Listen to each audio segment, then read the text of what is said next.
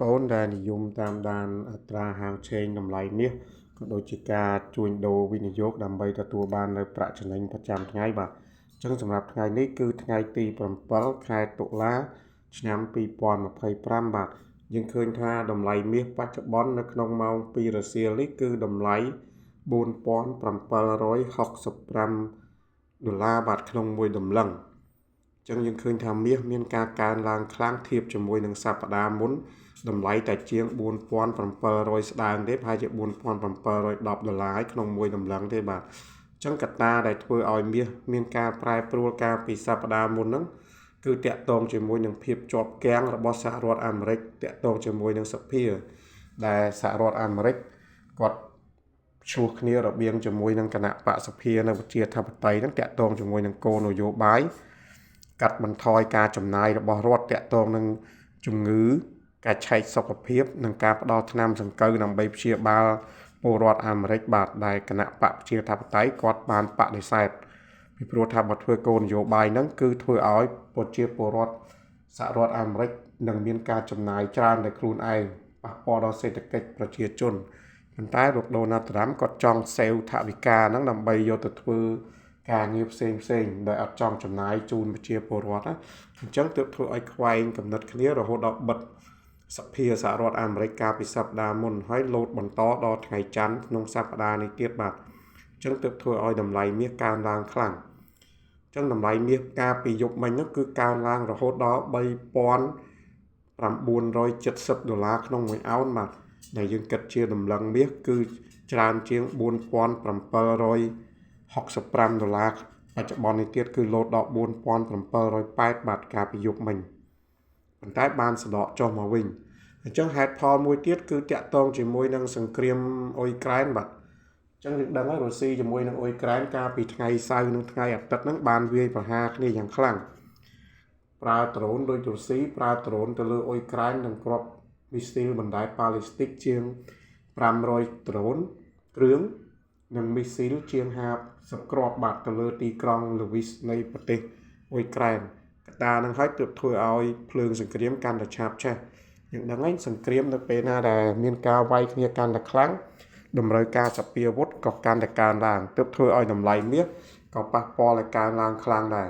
ពីព្រោះថាដ្រូននៅពេលដែលវាយប្រហារគឺត្រូវការគ្រាប់មីស៊ីលនៅខាងផ្ទៃដីដើម្បីទៅវាយប្រហារកំទេចនឹងសិតតែជារូបផ្សំនៃរ៉ែមាសទើបធ្វើឲ្យតម្លៃមាសកើនឡើងបន្តទៀតនៅពេលដែលមានសង្គ្រាមកើនឡើងខ្លាំងបាទ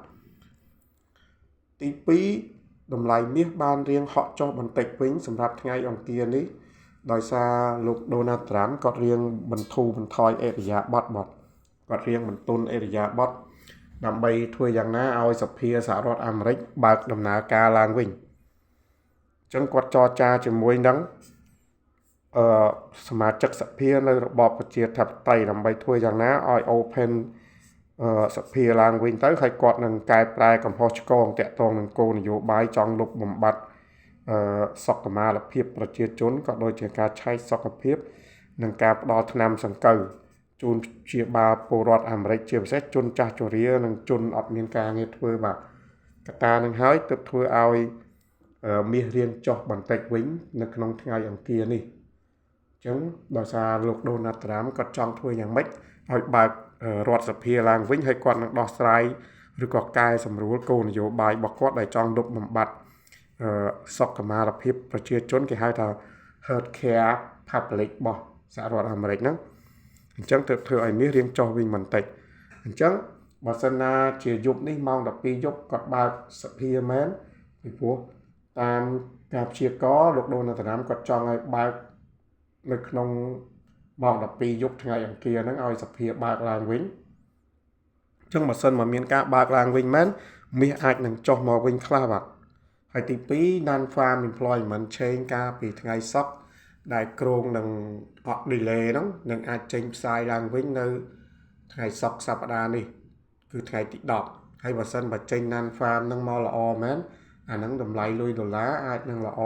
ពីព្រោះអាហ្នឹងវាតាក់ទងជាមួយនឹងអត្រាកើនឡើងនៃចំនួនការងារធ្វើរបស់ប្រជាជនសហរដ្ឋអាមេរិកអញ្ចឹងសេដ្ឋកិច្ចវារៀងល្អប្រសើរអញ្ចឹងបើមានអាហ្នឹងកើនឡើងវិញ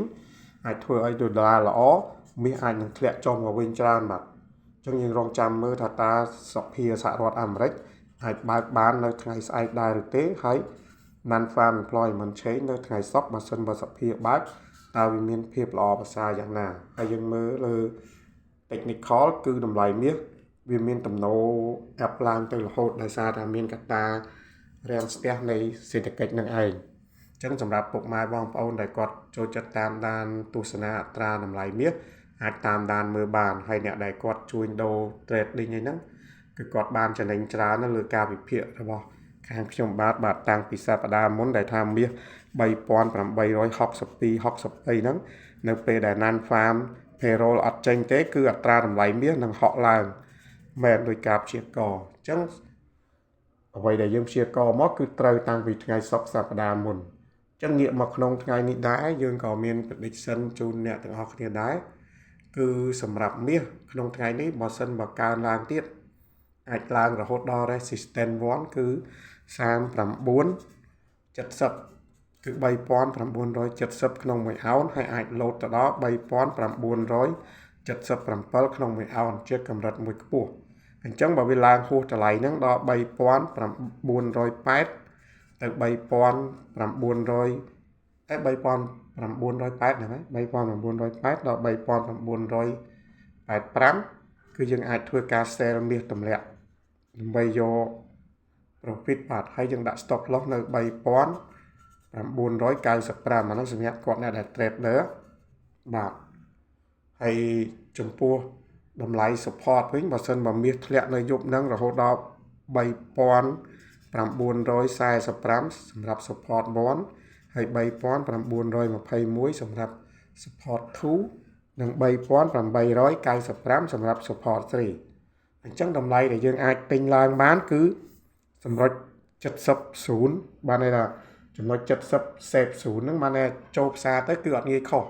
ញ្ចឹងយើងអាចចូលនៅតម្លៃ3915ទៅ3910អញ្ចឹងតម្លៃ3915ទៅ3910នេះគឺជាតម្លៃមួយដែលយើងចូលផ្សារទៅភាគរយនៃការត្រូវគឺច្រើនហើយយើងប្រើ stop loss ផងយើងប្រើ stop loss ដើម្បីការពារហានិភ័យគេហៅថា risk management ហ្នឹងគឺនៅ3895បើវាធ្លាក់ដល់តម្លៃហ្នឹងយើងកាត់ខាតចោលទៅតែភាគរយដែលធ្លាក់មកដល់តម្លៃ3915ហ្នឹងគឺនៅក្នុងរាត្រីនេះមិនថាពីស្មើហ្នឹងទៅដល់ពាក់កណ្ដាលយប់គឺភាគរយដែលធ្លាក់ដល់តម្លៃហ្នឹងគឺតិចវាមានតែ 30% ទេអញ្ចឹងសរុបមកវិញក្នុង prediction នៅក្នុងថ្ងៃនេះយើងឲ្យអ្នកទាំងអស់គ្នាសម្រាប់អ្នកដែលគាត់ trader គាត់គួររងចាំ sell ទម្លាក់គឺនៅ3980ទៅ3985ហើយយើងកុំព្យាយាមបាយតាមទីផ្សារអីពីព្រោះថាយើងមានព័ត៌មានតាក់ទងនឹងលោក Donald Trump គាត់គ្រោងនឹងបើកសភាឡើងវិញអញ្ចឹងបើបើកសភាវិញហើយគាត់ចរចាមួយអ៊ីស្រាអែលជាមួយនឹងពួកហាម៉ាស់ត្រូវទៀតអាហ្នឹងមាសអាចធ្លាក់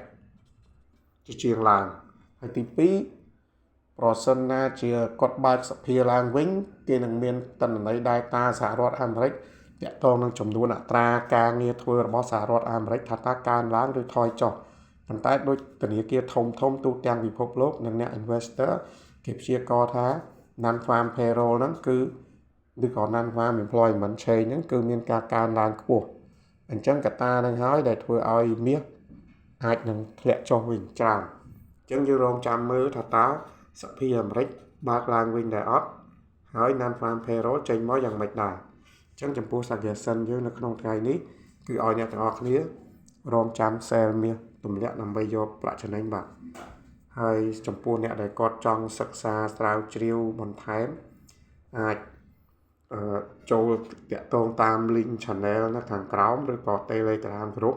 ឬក៏លេខទូរស័ព្ទនៃហ្នឹងយើងមាន Telegram អាចចូលមកសិក្សាបានបាទយើងក្រុមហ៊ុន ATFX Cambodia សូមស្វាគមន៍ហើយទីស្នាក់ការយើងគឺនៅចិត្ត Stop AVA ពេទ្យចិនបាទចម្ងាយពីខាងត្បូង Stop AVA ពេទ្យចិនហ្នឹងគឺប្រហែលជា100ម៉ែត្រហើយយើងនៅជាន់ទី24បាទនៅអគារ A-Max នៅខាងលើធនាគារកាណាឌីយ៉ាហ្នឹងអញ្ចឹងលោកអ្នកដែលគាត់ចង់មកចូលរួមសិក្ខាសាលាផ្ទាល់ជាមួយនឹងក្រុមហ៊ុនគឺយើងមានបើកបង្រៀនដែលឥតគិតថ្លៃទេរៀងរាល់ម៉ោងធ្វើការបាទអញ្ចឹងសូមអរគុណសម្រាប់អ្នកដែលតាមដានលើការ trade យល់ក៏ដូចជាតាមដានអត្រាហាងឆេងមានប្រចាំថ្ងៃបាទសូមអរគុណ